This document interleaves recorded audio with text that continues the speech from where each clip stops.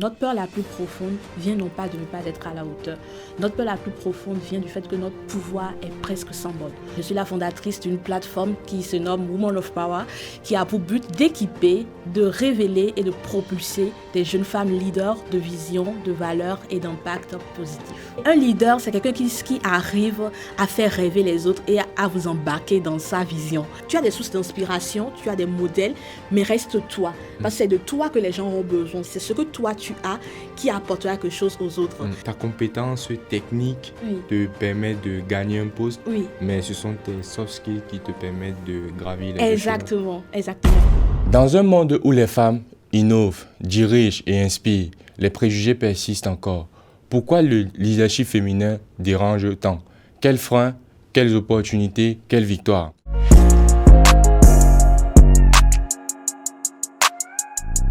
Bonjour et bienvenue sur Au-delà des frontières, le canal d'expression privilégié des personnes de la diaspora. Ici, nous abordons plusieurs thématiques d'ordre académique, professionnel, social et culturel. Donc, si vous êtes nouveau sur la chaîne, n'hésitez pas à aller voir ce que nous avons déjà fait et à vous abonner, à liker et partager autour de vous. Et pour ceux qui sont déjà abonnés, n'hésitez pas à continuer votre travail parce que c'est grâce à vous que nous sommes à ce niveau. Comme annoncé en début de vidéo, aujourd'hui, nous parlerons de leadership féminin. Aujourd'hui, nous sommes avec une jeune ingénieure et coach en leadership certifiée. Elle nous parlera de cette thématique et je pense que c'est la personne la mieux placée pour nous donner son retour. Elle nous donnera les challenges et quelques anecdotes qu'elle a rencontrées depuis le début de sa carrière. Donc, bonjour Nettie et bienvenue sur Au-delà des frontières. Bonjour Steve, bonjour à la communauté Au-delà des frontières. Franchement, merci pour l'invitation. C'est un honneur, un privilège pour moi d'être avec vous aujourd'hui. Et c'est nous qui te remercions aussi d'avoir honoré l'invitation. Donc, sans plus tarder, je pense que tu vas te présenter déjà. Alors, d'origine béninoise, je réponds au nom de Nettie Beundia. Comme l'a dit Steve, il a bien présenté. Je suis ingénieur projet industriel complexe de profession. En parallèle de ça, je suis coach certifié en leadership. Je suis entrepreneur et je suis la fondatrice d'une plateforme qui se nomme Women of Power, qui a pour but d'équiper, de révéler et de propulser des jeunes femmes leaders de vision, de valeurs et d'impact positif. Ah ouais, la présentation, elle est vraiment très claire. Donc, comme on l'a dit, c'est vraiment le leadership, c'est quelque chose qui t'anime. Je pense que tu es une militante du leadership féminin. Ah oui, totalement. C'est important, c'est plus que capital, encore plus dans notre époque, dans notre génération. Donc, je suis très contente de pouvoir en parler au jour d'aujourd'hui. Donc là, déjà, on va rentrer un peu dans le vif du sujet avec quelques points, notamment c'est sur les préjugés qu'on rencontre souvent. Okay. Et là, le premier préjugé, c'est pourquoi on associe souvent le leadership et la masculinité. C'est un bon préjugé, c'est vrai que on a l'habitude d'associer le leadership à la masculinité. Et tu sais, je voudrais te répondre, Steve, en te disant, l'être humain, naturellement, associe l'habitude à la norme, à la coutume.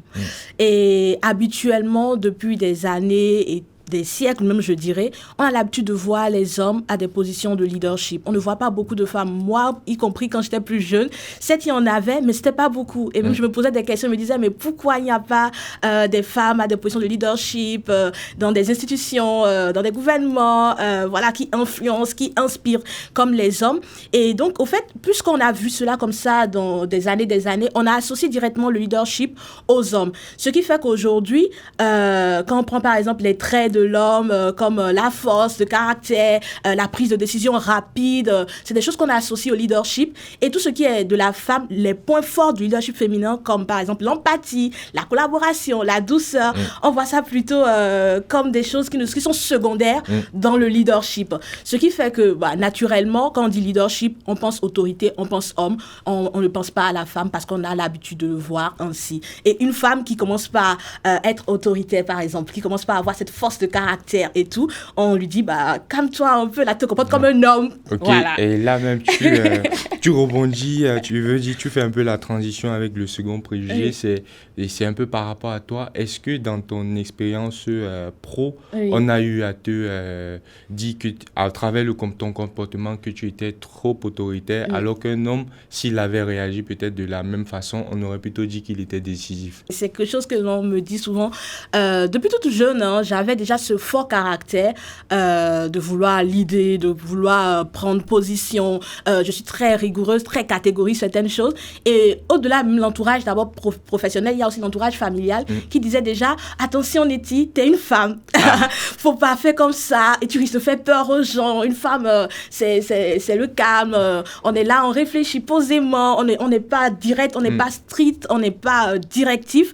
Et dans le monde professionnel, encore plus, tu te poses des questions. Est-ce que si je parle comme ça, on ne risque pas de dire pour qui elle se prend celle-là et tout. Là où un homme, naturellement, va vous dire, faites comme ceci. On va dire, bon, il a donné l'ordre et tout, on le fait comme ça. Quand la femme va le dire, on va dire, mais elle se prend pour qui celle-là et tout. Et il faut chaque fois prouver que tu es là et tu es appelé à l'idée, à manager, en fait. En fait, c'est ça, c'est que le leadership, comme tu l'as dit au début, l'homme, lorsqu'il sera autoritaire, bah, pour lui, on va dire oui, c'est vraiment un homme, il a pris ses responsabilités. C'est ça, exactement. Alors que lorsque c'est la femme qui va l'être, alors qu'elle est ferme tout autant qu'un homme, on pourra dire que ça va gêner un peu. C'est ça, l'autoritaire de la femme est mal vu. Mais quand l'homme est autoritaire, c'est très bien, c'est un homme, il assume. Ouais. Mais quand la femme est autoritaire, attention, elle se prend pour qui, elle a qu'à se calmer un peu et tout. Ouais. Ouais. Dans le monde professionnel, as-tu déjà eu à faire plus que tes collègues hommes? Alors, plus maintenant, je suis plus dans cette optique-là, maintenant, de vouloir prouver, de vouloir faire plus. Mais avant, j'étais dans cette optique-là. Déjà, dès mon plus jeune âge, je ne l'ai pas dit peut-être en début, mais j'ai fait un bac scientifique, baccalauréat C au Bénin. La C, c'est vraiment pour les cracks, pour les geeks et tout. Et au fait, tous les choix que j'ai eu à faire sur mon parcours académique et tout, c'était pour prouver que les femmes pouvaient faire ça. Donc, le baccalauréat scientifique, ensuite le choix de l'ingénierie. Et avant de devenir ingénieur projet, à la base, j'ai d'abord fait de la conception mécanique. Okay. Et donc, au fait, quand je faisais de la conception mécanique, c'était pour prouver que les femmes pouvaient faire de la conception mécanique et tout. Je devais montrer que oui, nous pouvons prouver que nous sommes des femmes qui sont dans des secteurs scientifiques, briller, impacter dans ces secteurs. Et ensuite, même après ça, quand je faisais tout ce qui est parcours académique, je voulais toujours être première de classe, toujours dans le but de prouver, toujours dans le but de montrer que oui, les femmes peuvent impacter, les femmes peuvent être leaders, les femmes peuvent être en avant et tout. Mais il y a eu un shift qui s'est passé par la grâce de Dieu. Et au jour d'aujourd'hui, je ne suis plus dans cette optique-là parce que j'ai conscience de qui je suis au fait. J'ai conscience que c'est ce que j'ai en moi qui va faire la différence et qui va attirer les gens vers moi au fait. Je n'ai pas à prouver que j'existe, que je peux le faire, que les femmes peuvent leader et tout ça. J'ai juste à être moi tout simplement.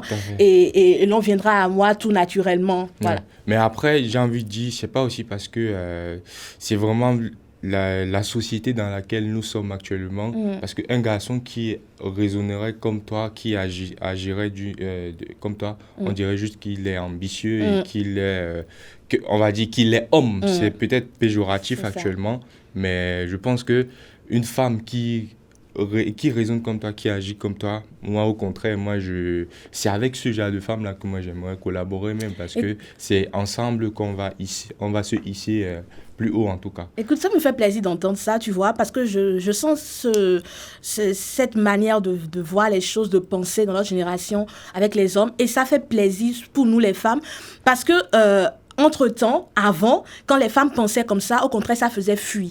Et même la génération passée, moi, mes parents, parfois, ils me disent, ah, Nettie, attention, cette manière de penser et tout ça peut faire fuir les hommes. Oui. Tu vois? Et je suis contente qu'un jeune homme comme toi puisse dire, voilà, ça fait plaisir de voir des femmes avoir cette ambition, ce désir d'avancer et de se tenir auprès des hommes tout simplement pour pouvoir élever les nations et construire, bâtir, au fait. Ça fait très plaisir. Après, si, je vais dire merci à mes parents, notamment ma mère, mes tantes qui m'ont élevé, parce que moi, j'ai une éducation un peu particulière du fait de mes parents. Donc, moi, à travers ma mère, mes tantes, j'ai vu que c'était des femmes qui se battaient et elles n'étaient pas vues comme, on va dire, comment dire, l'adversaire de leur conjoint. Oui. Donc, elles étaient plutôt vues comme des femmes en fait, c'était des couples complémentaires. Et donc, quand tu vois comme ça, tu te dis, bah, la femme, sans elle, tu ne pourras pas atteindre un certain niveau, comme sans l'homme, tu ne pourras pas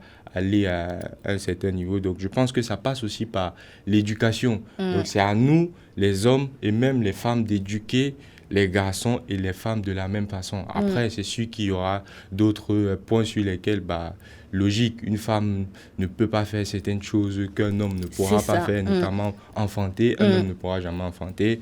Je sais pas, même au niveau de la force physique, l'homme, il est plus fort physiquement qu'une femme. Ça, c'est physiologique. Donc, c'est vraiment d'éduquer sur l'aspect intellectuel. Je pense qu'on est à compétence égale, on devrait mériter les mêmes avantages en tout cas. Et éduquer aussi sur la complémentarité. Tu vois, tu as pris l'exemple là, c'est très bien, c'est bien emmené. Les femmes, on a nos atouts, au fait, par rapport au leadership. C'est pour ça, aujourd'hui, moi, je crois au leadership féminin. Il y a le leadership masculin, mais il y a aussi le leadership féminin. Et la femme a ses atouts dans le leadership. Donc, je parlais tout à l'heure, l'empathie, la collaboration, le relationnel, qui est très important dans le leadership. La force, l'homme là, l'autorité, l'homme là, c'est pas quelque chose de naturel chez la femme. Et quand on met cela ensemble, bah, ça peut faire, au fait, des étincelles. Et moi, je le crois fermement. Ce qui se passe dans le monde aujourd'hui et tout, c'est parce qu'on n'a pas beaucoup de femmes qui sont aussi à des positions aussi élevées pour pouvoir dire aux hommes, attention, là, vous allez dire, par exemple, on va faire un bombardement. La femme va te dire, ah, mais on peut penser comme ceci, pourquoi ne pas être plus subtil? L'homme, c'est direct la force et tout, on pense direct prise de décision rapide, pendant que la femme peut être subtile et avoir ce désir-là, tu vois, de pouvoir faire les choses, mais en prenant en compte l'humain, en prenant en compte les autres et tout, pendant que l'homme, il est focus sur ses objectifs. Et quand on met cela ensemble, et les femmes et les hommes se tiennent côte à côte, au fait, c'est juste magnifique, au fait. Ouais. Donc, en tout cas, pour moi, le leadership, si je veux donner ma part de définition, le leadership, c'est pas tant dans le commandement, l'autorité, c'est toutes ces compétences et on a traité ça avec deux femmes, Rabi et Stella, qui sont passées sur la chaîne, la vidéo sur les soft skills. Rien que avoir de l'empathie, comme tu l'évoquais, c'est preuve de leadership. Le simple fait d'être à l'écoute de l'autre, d'être empathique vis-à-vis de l'autre, c'est faire preuve de leadership parce que toi, tu es chef de projet. Donc, dans le management de projet, il faut mettre en pratique certains soft skills qui vont aider à élever ton équipe et faire en sorte que ton projet, il avance dans le planning dressé préalablement en tout cas. Et malheureusement, c'est ça, en fait. Le leadership, les gens pensent que c'est une histoire juste de position. Mais le leadership, c'est pas une affaire de position, en fait. C'est vraiment cet art-là d'inspirer les autres, de les influencer, de les construire, de les servir aussi. Il y a une notion de service dans le leadership, de les servir pour les emmener quelque part, en fait. Le but, c'est pas juste de pouvoir gouverner les gens et être là et dominer sur eux, mais c'est de pouvoir les élever, les emmener d'un point A à un point B. D'où la notion de vision qui est très importante. Un leader a une vision, une conviction profonde et un feu à l'intérieur, au fait. Et à partir de ce feu, cette conviction, il se dit, je veux emmener mon équipe à cette dimension. Pas je veux dominer sur eux, mais je veux les emmener. Les leaders forment des leaders. Les leaders construisent des leaders et non des suiveurs, au fait. Voilà. Tout à fait. En tout cas, le décor, il est plutôt bien planté. On a essayé de balayer un peu cette partie-là. Donc, leadership, c'est pas juste de l'autorité, c'est toutes les compétences, même subjectives, notamment les soft skills que nous avons, ça contribue. Ça aussi, c'est du leadership, aider les autres à évoluer, se mettre au service des autres, c'est l'humilité même, c'est faire preuve de leadership en tout cas. C'est ça. Donc, là, on va passer un peu à toi. C'est quoi les premiers signes de leadership? À quel moment tu as vraiment senti que là, j'ai envie de prendre le devant, j'ai envie d'aider les autres, c'est à quel moment? Parce que je me doute que c'est pas des... Peut-être on est avec, mais à un moment, il faut que ça se révèle. Oui. À quel moment tu as senti ça? Alors, c'est depuis toute petite, j'avais cela au fond de moi de vouloir déjà, comme je disais tantôt, prouver. Après, ça a shifté et j'ai l'une de mes mamans que je salue là qui me disait au fait, Nettie, inscris-toi à l'école pour être responsable de classe, pour être déléguée, tu as cette aptitude-là naturelle. Je suis aînée de famille et ça le faisait à la maison au fait. J'arrivais quand même à réunir tout le monde, à pouvoir parler avec tout le monde, à maintenir vraiment une atmosphère à la maison, voilà, qu'un leader doit maintenir au fait. Et elle me disait, fais-le à l'école. Et c'est comme ça que j'ai commencé à l'école par me mettre responsable de classe et tout. Et ça se passait super bien. Et je m'épanouissais là-dedans. J'étais heureuse de pouvoir voir que, en tant que responsable, je pouvais aider des personnes. En tant que responsable, je pouvais mettre en place des choses. En tant que responsable, je pouvais voir avec l'administration dans quelle manière on peut... Sans te couper, oui. Quand tu dis à l'école, c'est au primaire ou c'est au collège déjà? Alors, ça a commencé au primaire, mais au primaire, c'était toujours dans le but de prouver. Ok. Ce n'était pas le leadership dont j'ai donné la définition tantôt, mais c'était plutôt un leadership... juste de position. Ouais, voilà, tout simplement. Mais au secondaire, ça a shifté. C'était vraiment un leadership dans le but d'aider. Parce que j'étais, par la grâce de Dieu, voilà, brillante à l'école. Et je voyais qu'il y avait beaucoup qui étaient dans les difficultés. Et beaucoup venaient vers moi, Nettie, aide-nous dans la mathématique, en physique, tu peux nous aider à avancer sur tel point, tel point. Et donc, à la maison, j'en parlais. Quand moi, je suis quelqu'un, j'ai l'habitude de partager mes succès et tout ça. Donc, quand je rentrais à la maison, je disais, maman, aujourd'hui, j'ai aidé telle personne. J'ai fait ci, j'ai fait ça. Elle dit, présente-toi en tant que responsable et tout de ta classe. Et c'est comme ça, là, j'ai pris la notion de responsabilité leader, au fait, plus en mode autorité, mais parce que je veux aider. Et avec l'administration et tout, voilà, on mettait en place des choses et tout. Et franchement, c'était juste magnifique de pouvoir se sentir utile et impacter, au fait, des vies. Au fait, en tout cas, comme tu l'as dit, aider les autres à s'élever, quoi. C'est ça, exactement. Ouais. Et en termes de figures, un peu, c'est quoi, quelles sont tes figures du leadership féminin, que ce soit ta mère, tes mentors ou même des personnalités publiques? Est-ce que tu en as des inspirations? Oui, il y en a beaucoup. En leadership, en tout cas, il y en a beaucoup. Déjà, mes mamans, j'ai ma mère qui m'a mise au monde, vraiment un signe de résilience, d'abnégation, de pugnacité et tout, qui m'inspire beaucoup. Cette capacité aussi à maintenir une bonne atmosphère à la maison, nous réunir, se faire sentir écouter, tout chacun d'entre nous. Nous sommes 5 quand même, mais aucun d'entre nous ne se sent aujourd'hui mis à part ou en reste par rapport aux autres et tout. Donc vraiment, c'est un modèle. À la maison, je le voyais. Il y a aussi mes 2 autres mamans, les mamans que la vie m'a données, qui sont aussi juste exceptionnelles en termes de résilience, en termes de détermination, en termes de aussi douceur et tout. Moi, c'est la douceur, c'est quelque chose que je travaille aujourd'hui vraiment. Et j'ai l'une de mes mamans là qui est tellement douce, qui est à l'écoute, qui est là pour les autres et tout. Et c'est quelque chose qui m'inspire beaucoup. En termes d'autorité publique, ma première source d'inspiration, c'est Michelle Obama. Vraiment. Ouais. Michelle Obama, j'ai grandi avec elle. Tous les livres qu'elle a écrits, franchement, je les ai dévorés au fait. Et Michelle, elle m'inspire surtout pour son côté déjà où elle ne s'est pas laissée faire dans un monde qui était aussi quand même dominé par les hommes en tant qu'avocate avant d'aller dans la politique et tout. Et en plus, ça s'est tenu à côté de son mari. Moi, c'est une valeur importante pour moi, la famille. Et moi, ça me parle beaucoup de voir une femme qui influence, qui inspire, qui impacte, mais qui n'est pas en train de le faire en mode indépendantiste, je veux prouver tout ça, mais vraiment, elle se tient avec son mari et ils contribuent ensemble à bâtir, au fait, une belle nation. Les États-Unis, quand ils étaient au pouvoir, c'était juste magnifique et tout. Et moi, ça m'inspire beaucoup. C'est ce à quoi j'aspire à être, au fait. Vraiment, cette femme qui est comme une aide, au fait, qui porte la mission, la charge avec son homme, mais en même temps aussi à sa place, au fait. Tu vois, elle ne suit pas. Elle a aussi une place et elle se tient en complémentarité, comme on le disait tantôt, avec son homme. Donc, elle m'inspire beaucoup. Il y a aussi, notamment dans mon église et tout, Modestine Céline Castanou, c'est une femme juste inspirante que je vous invite à aller voir, à aller checker et tout. Elle a conçu, par exemple, aujourd'hui, l'église dans laquelle je vais et tout, c'est juste un grand bâtiment et tout. Elle a contribué avec son mari, elle a porté la vision et tout. Elle est remplie de sagesse en ce qui concerne le leadership féminin et ça m'inspire beaucoup. Il y en a encore plein d'autres, Sarah Jakes Robert, voilà, Sephora Kodjo que j'ai connu récemment et tout, qui m'inspire aussi énormément. Et voilà, il y en a plein quand même qui... Et en termes d'anecdotes, est-ce que tu as des anecdotes où tu as dû faire preuve de leadership? Oui. Je vais partager peut-être 3 anecdotes.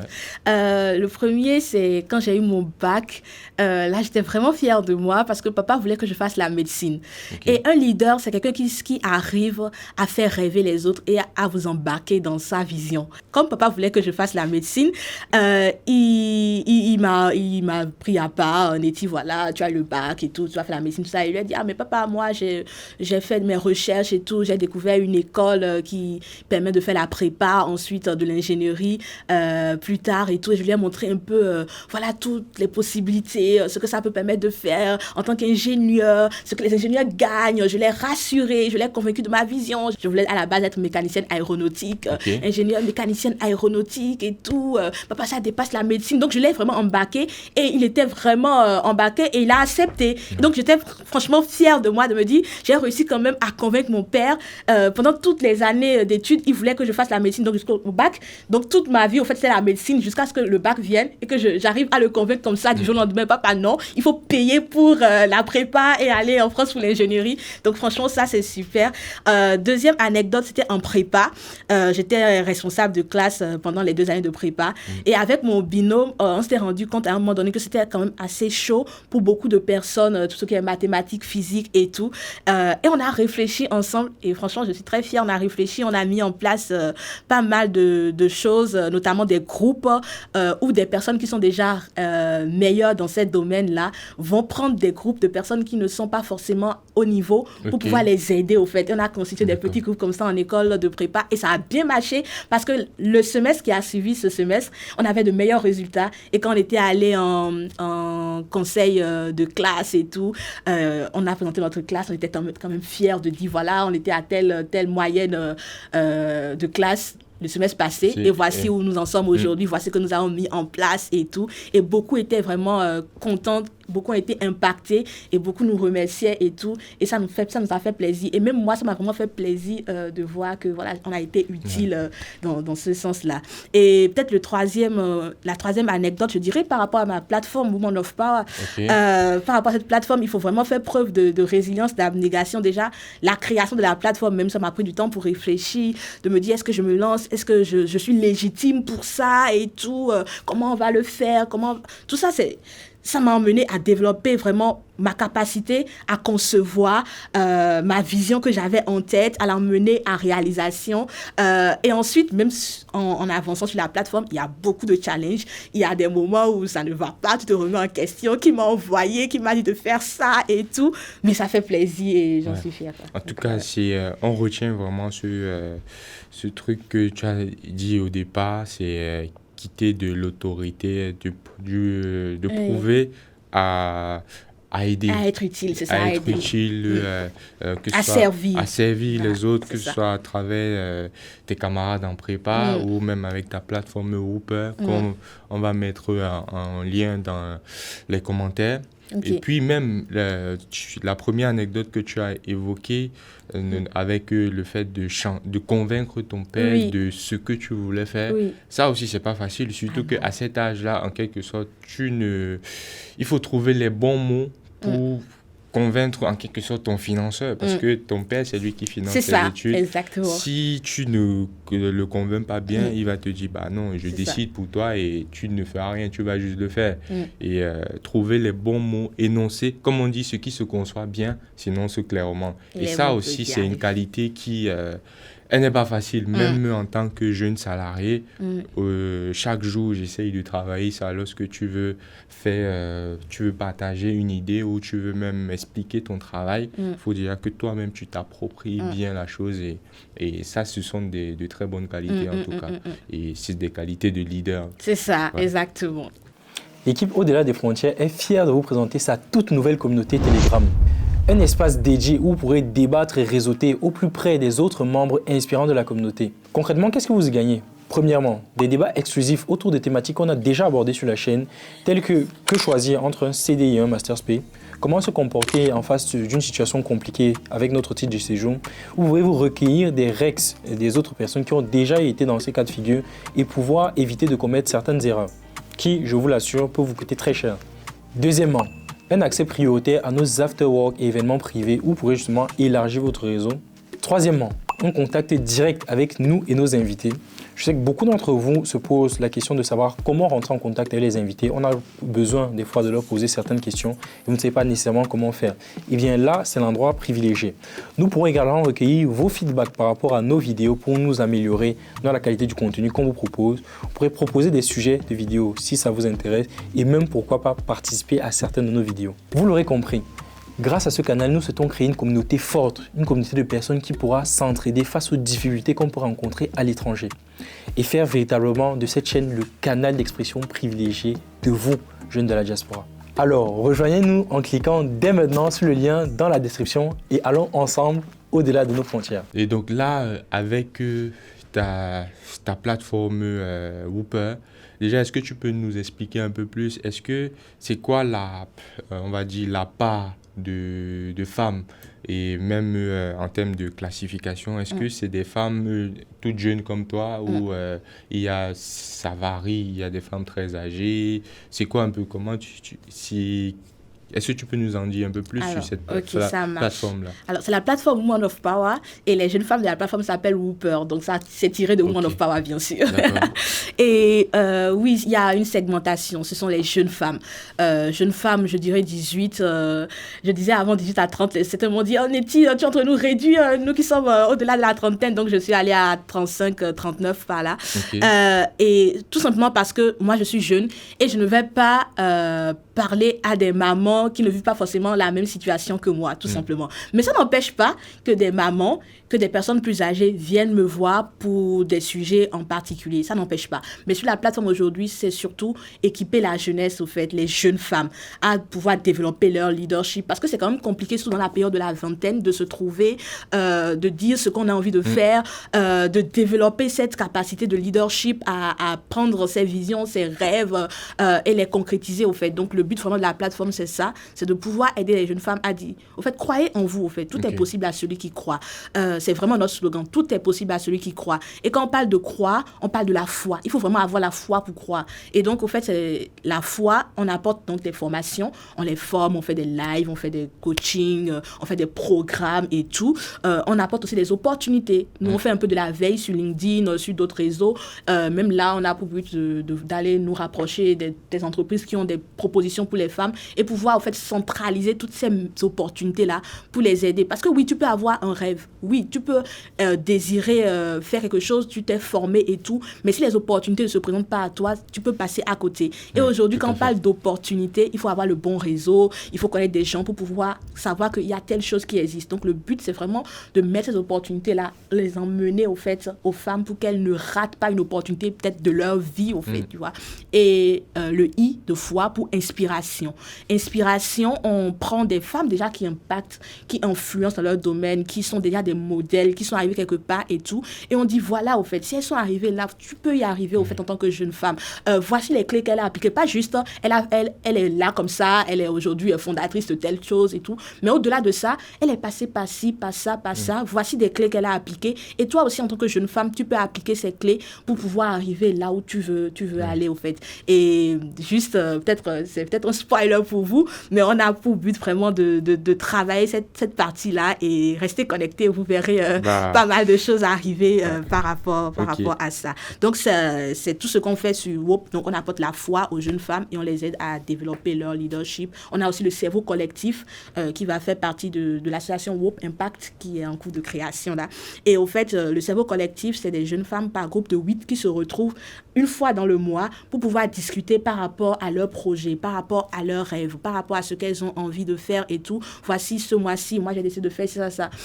Voici les difficultés auxquelles j'ai fait face? Est-ce que vous avez des conseils à me donner? Qu'est-ce que vous en pensez, au fait? Est-ce que je fais comme ceci? Est-ce que je fais comme cela, au fait? Et pendant aussi ce cerveau collectif, on parle valeur. On prend 15 minutes pour pouvoir discuter autour d'une valeur. La dernière fois, on avait parlé de l'ambition et tout, parce que c'est important en tant que jeune femme d'être ambitieuse, au fait. Donc, l'ambition de façon saine, au fait. Voilà. Donc, on prend des valeurs comme l'écoute, l'ambition et d'autres encore, et on en discute. Et après, on célèbre aussi des victoires. Ce mois-ci, j'ai réussi à être plus confiante en moi. Mais bravo, au fait, super. Ce mois-ci, j'ai pu gérer mon temps. C'est très bien. Ce mois-ci, j'ai réussi à faire tel nombre de posts. J'ai réussi à lancer ma page que je voulais lancer. Donc, au fait, on fait tout ça dans le cerveau collectif. Et ça a pour but, au fait, vraiment de pouvoir aider toutes les personnes. C'est totalement gratuit, au fait, toutes les jeunes femmes qui le veulent, à se retrouver en petits groupes et créer une synergie de développement de leadership ensemble. Tout à fait. En tout cas, merci beaucoup pour tous ces détails. Et comme on a dit, pour la plateforme, on va mettre le lien vers la plateforme dans la description.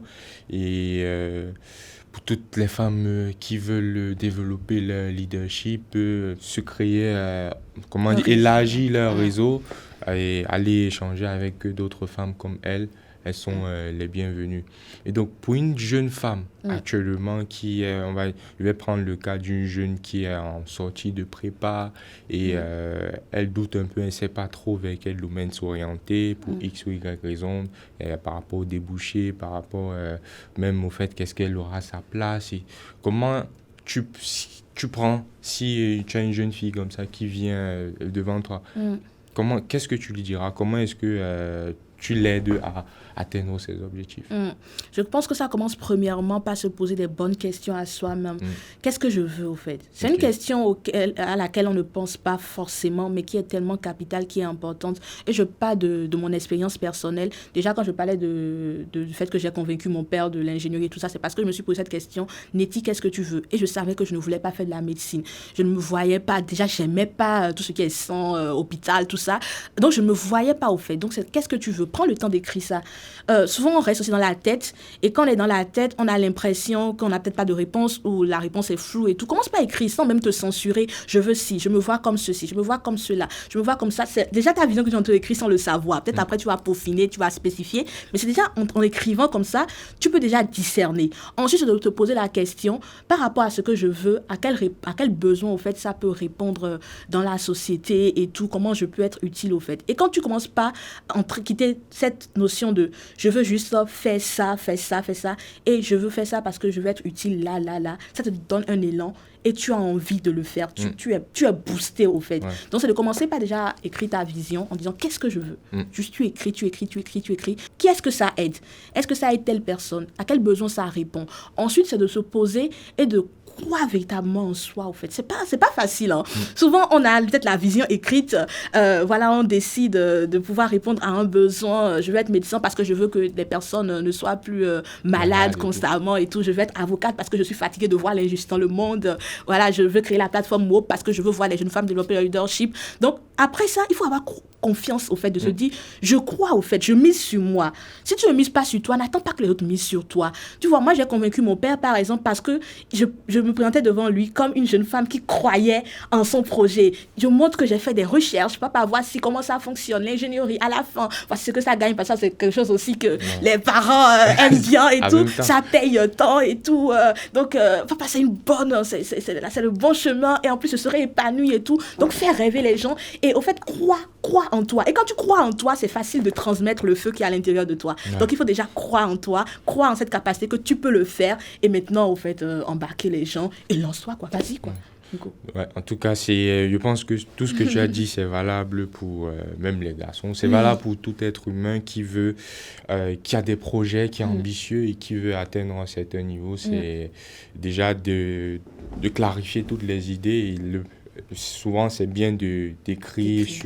Écrire, c'est mieux parce que ça te permet toi-même de prendre du recul sur ce que tu as en tête et puis avoir à la fois croire en ton projet, croire en toi, croire en tes capacités. Et une dernière chose peut-être que je peux rajouter, quand tu seras en train d'écrire, écris aussi pourquoi tu doutes de toi et au fait ce que tu te vois faire si tu devais le faire. Et au fait, quand tu fais les deux, tu te rends compte que finalement la partie doute, c'est juste la partie je doute de moi, au fait.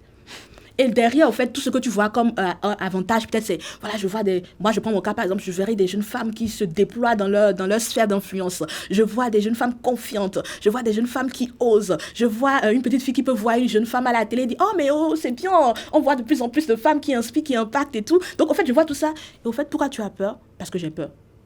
Go en fait. Ouais, c'est ça, faut sauter Voilà, c'est ça. du haut des meubles et se lâcher en fait. Exactement. Lâcher prise et au pire, ça ne donne pas, tu fais mal les choses, C'est mais ça. comme on dit, c'est par les échecs, par les malfaçons qu'on apprend. C'est ça, exactement. Et au fait, l'échec, ça t'enseigne. Au fait, quand tu testes, c'est une bonne chose quand tu testes et tu échoues. C'est au fait que ça dit que tu as fait quelque chose que tu n'as pas l'habitude de faire. Tu as quand même pris voilà, un risque. Donc, c'est très bien. Et moi, je voudrais finir peut-être cette partie-là en disant au fait que notre meilleur, la personne que nous allons devenir, c'est en dehors, au fait, de notre zone de confort, en dehors de ce que nous avons l'habitude de faire, au fait. Quand tu testes quelque chose de nouveau, ça te fait sortir de ta zone de confort et tu, au fait, puises à l'intérieur de toi peut-être des ressources que tu n'aurais jamais soupçonnées auparavant qui étaient à l'intérieur de toi. Ouais. Donc, comme quoi on dit souvent quelque chose malheur bon. Ah donc, oui. Il faut aller au-delà de vos frontières. Là, si on regarde un peu vers l'avenir, du moment où tu rentres dans le monde professionnel, et je vais tout prendre ce cas pour la jeune fille. Oui. C'est quoi les 3 conseils que tu peux donner à une jeune fille qui est déjà dans le monde du travail, une jeune fille qui a envie, qui a de l'ambition? Quels sont les 3 conseils que tu peux lui donner pour prendre sa place dans la société et pour aller au-delà de ses frontières? Ça marche. Alors, premièrement, moi, je dirais, par rapport à la question, pas prendre sa place, mais occuper sa place. Il y a une place à occuper, mais prendre la place, c'est comme si tu venais voler quelque chose, tu venais prendre quelque chose, arracher. Non, tu occupes ta place parce que tu as une place, au fait. Et donc, par rapport à cela, c'est de pouvoir tout simplement être toi déjà. Ne cherche pas à caricaturer une personne, devenir une personne. Tu as des sources d'inspiration, tu as des modèles, mais reste toi. Parce que c'est de toi que les gens ont besoin. C'est toi qui es unique, au fait. C'est ce que toi tu as qui apportera quelque chose aux autres. C'est ce que toi tu as qui attirera les autres, au fait. C'est ce qui fera que les gens viendront vers toi et qui fera de toi cette personne rare, unique, au fait. Pourquoi souvent aujourd'hui, le luxe, les gens aiment tellement le luxe? C'est parce que le luxe a ce truc d'unicité, rareté et tout. Et pas accessible à tous, en fait. Exactement. Donc, c'est pas un truc qu'on va trouver sur le marché. Donc, c'est ça, au fait, rester toi, l'authenticité, c'est très important. Ensuite, c'est de ne pas venir avec cette mentalité de, comme on l'a dit, prendre, prouver. Parce que quand tu viens comme ça, les gens vont se braquer. Le leadership, comme je l'ai donné la définition tantôt, c'est inspirer, influencer, construire, mais pas, au fait, dominer. Les hommes, naturellement, nous sommes tous des leaders. Les gens ne sont pas d'accord, mais on pourrait en parler peut-être, mais nous sommes tous appelés à être des leaders. Et donc, au fait, si tu viens en mode je veux dominer, écoutez-moi, c'est moi maintenant qui suis là et tout, déjà, ça va revenir à ce qu'on disait, la femme autoritaire qui se prend. Et en plus de ça, tu risques de braquer les autres parce qu'ils vont se dire, mais elle est qui pour nous dire ça, au fait? Ça fait un peu arriviste. Ça fait arriviste, c'est ça. Donc, au fait, viens tout simplement dans l'optique d'aider, de contribuer, de faire ta part, tout simplement. Et ensuite, c'est de pouvoir être une solutionneuse. Quand tu rencontres, tu vois qu'il y a des problèmes, quand tu vois qu'il y a des défis quelque part et tout, c'est de te proposer tout simplement. Est-ce que je peux aider? Est-ce que je peux faire ci? Ah ben j'ai pensé à ci pour ça. Et au fait, quand on voit que tu as une solution, naturellement, au fait, on t'appelle, naturellement, on a besoin de toi. Et même dans les entreprises, ça c'est un secret. Hein. Dans les entreprises, c'est pas juste le diplôme, c'est bien, ça fait entrer. Mais après, ce qui va te faire monter les échelons, ce qui va te faire gravir les échelons, c'est vraiment cette capacité à être force de proposition, cette capacité à solutionner des problèmes, cette capacité à apporter des insights là où les gens se posaient des questions. En fait, on dit, ah mais allons voir telle personne, elle a toujours des idées. Allons voir telle personne, elle a toujours des idées. Et c'est un leader. Un leader, c'est pas forcément celui qui prouve, qui est là à montrer que c'est moi qui suis capable, mais c'est quelqu'un qui est là pour pouvoir dire, mais allons par ici, prenons ce chemin. Et quand tu commences à faire ça, au fait, tu deviens intéressante, au fait. Pour rebondir là-dessus, Benjamin dit souvent que ta compétence technique Oui. te permet de gagner un poste, Oui. mais ce sont tes soft skills qui te permettent de gravir les échelons. Exactement. Et après, c'est de développer vraiment toutes les aptitudes de leadership. Donc, la vision, la capacité à l'idée, à inspirer, à conduire les gens, la capacité aussi à pouvoir écouter les gens. Quand on écoute, moi, c'est quelque chose sur laquelle je travaille encore aujourd'hui, c'est l'écoute vraiment. Plus vous écoutez les gens et plus vous entendez au fait leurs frustrations, plus vous entendez leurs besoins. Et plus au fait vous entendez leurs besoins, vous entendez leurs frustrations, vous êtes capable de pouvoir leur proposer des solutions. Et vous devenez au fait une personne importante pour elles, tout simplement. C'est de valoriser aussi les gens. En tant que femme, on a cette capacité-là, et je trouve qu'on ne l'utilise pas beaucoup en entreprise et tout, mais c'est de valoriser les gens, le fait de pouvoir valoriser une personne, de pouvoir donner des mots d'encouragement à une personne, le fait de pouvoir, en entreprise, tu vois une personne qui peut-être ne se sent même pas capable et tout ça, tu es là à valoriser. Non, mais tu es capable. Vas-y, je te fais confiance. Moi, en tant que chef de projet ou manager et tout ça, si je me retrouvais devant une personne qui était incapable et tout ça, de pouvoir dire, non, au fait, tu es capable de faire ci, tu peux faire ça. Allez, je te confie ça, j'ai confiance en toi. Et quand on fait ça, au fait, naturellement, quand les gens vont voter pour toi et tout, ils vont naturellement adhérer. Quand on va te positionner en tant que responsable, en tant que directrice, c'est naturel, au fait, parce que oui, elle nous fait du bien. Oui, elle nous montre qu'elle a confiance en nous et tout. Donc, c'est de développer toutes ces capacités de leadership, d'adaptation aussi en face de les personnes qui sont en face de toi. T'adapter devant ton directeur, c'est pas la même manière avec les personnes qui sont en dessous, c'est pas la même manière avec tes vis-à-vis et tout. Donc, c'est vraiment développer ton leadership. Si tu ne le fais pas encore, c'est de lire des livres de leadership, te former au leadership, développer cette capacité de conviction, de prise de parole, défendre tes opinions et tout. Moi, j'avoue, c'est quelque chose, lors de ma première expérience, que je n'ai pas beaucoup développé, ça me fait mal. Et là, je suis en train de vraiment plus prendre l'ascendance dessus, c'est de vraiment pouvoir prendre de plus en plus la parole. Je suis quelqu'un que je prends la parole naturellement, mais en entreprise, pour ma première expérience, je ne l'ai pas beaucoup faite. Parce que je me sentais là oratoire. Okay. Plus que là oratoire, en fait, c'est de pouvoir défendre ses convictions, au fait. Tu vois? Ah, mais je pense que, ok, on a dit ça, mais et si on faisait ceci parce que c'est une habitude que j'ai naturellement, mais que je n'ai pas forcément développée. Tu l'as fait avec ton père quand tu voulais faire l'ingénierie. Oui, mais dans le monde professionnel, ma première expérience, je trouve dommage, et je pense que c'est quelque chose qui joue aussi, voilà, et on sait que mais telle personne, elle parlera, elle dira ce qu'elle pense et tout, et on te fait confiance, et on a envie de voir avancer tout simplement, parce que les gens adhèrent, et ça la beauté, quand tu es un leader auquel les gens adhèrent, et les gens te soutiennent et tout, c'est beau, en fait. Tu avances sans chercher à prouver quoi que ce soit. On retient donc que les 3 conseils pour quelqu'un qui veut vraiment atteindre les sommets, c'est authenticité, altruisme et développer au maximum tes capacités de leadership. Je pense que c'est assez clair et c'est valable pour même nous les garçons. Oui. Donc je pense qu'il va falloir que tu ouvres un truc pour les garçons aussi. On m'a déjà dit ça. Ils en auront besoin. Ok. Et donc, c'est quoi ta vision du leadership sur une temporalité de 5 voire 10 ans et j'aimerais vraiment mettre l'emphase pour le continent africain, étant donné que nous sommes représentants de la diaspora africaine. Oui. Alors, je trouve qu'aujourd'hui, il y a une belle émulation. Je vois de plus en plus de jeunes femmes prendre la parole. Là, je commence à être de plus en plus active sur LinkedIn et je vois en fait qu'il y a beaucoup de jeunes femmes qui quand même prennent la parole, qui partagent leurs convictions et tout. Donc, moi, je suis assez positive sur l'avancement et aussi, il y a beaucoup d'opportunités. Il y a beaucoup de choses qui sont mises en place au travers des organisations, des institutions, des écoles, des bourses, des opportunités de formation en leadership pour les jeunes femmes, même pour le continent africain, même pour les aider dans l'entrepreneuriat et tout. Et donc, au fait, tout ça va contribuer, je pense, d'ici horizon 10 ans, voir vraiment une nouvelle génération de jeunes femmes qui n'a pas peur, au fait, de pouvoir se présenter, qui n'a pas peur de prendre cette position de leadership.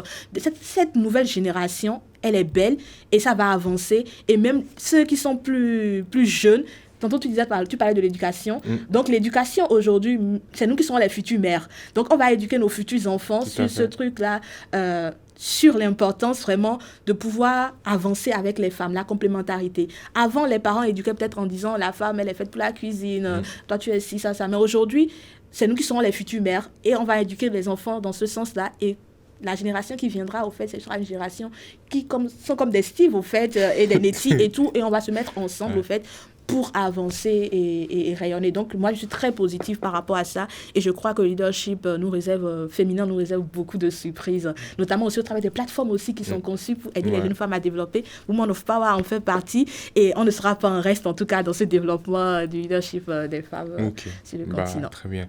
Et en termes d'action par rapport au leadership en dehors de Women of Power, est-ce que tu y as des actions que tu commences à mettre en place pour ton pays, le Bénin, par exemple, ou pour d'autres pays, ou c'est un projet? Alors, c'est un projet. Pour le moment, ce n'est pas encore mis en place, mais c'est un projet. Je suis déjà en relation avec des femmes qui sont assez inspirantes au Bénin. Et le but, j'avais spoilé là, mais on va créer bientôt l'association Hope Impact. Et cette association vraiment aura pour but aussi même d'aller surtout en Afrique pour pouvoir aider. Donc, et faire des collaborations, même avec des jeunes femmes et tout. Le cerveau collectif aussi, le but, c'est de pouvoir l'étendre aussi. Donc, pour le moment, il n'y a pas encore d'action, mais c'est un projet et ça ne m'empêche pas sur les réseaux, quand des jeunes femmes m'écrivent et tout, de leur donner des conseils, de les aider, de faire de mon mieux, voilà, pour les aider à avancer sur le développement de leur leadership, au fait. Mais c'est un projet. D'accord. En tout cas, merci. Et comme on a dit, on va mettre toutes les informations concernant Whooper et je pense que tu es accessible sur LinkedIn. Donc pareil, on va mettre ton LinkedIn pour les personnes qui ont des questions. N'hésitez pas à vous rapprocher de Nettie.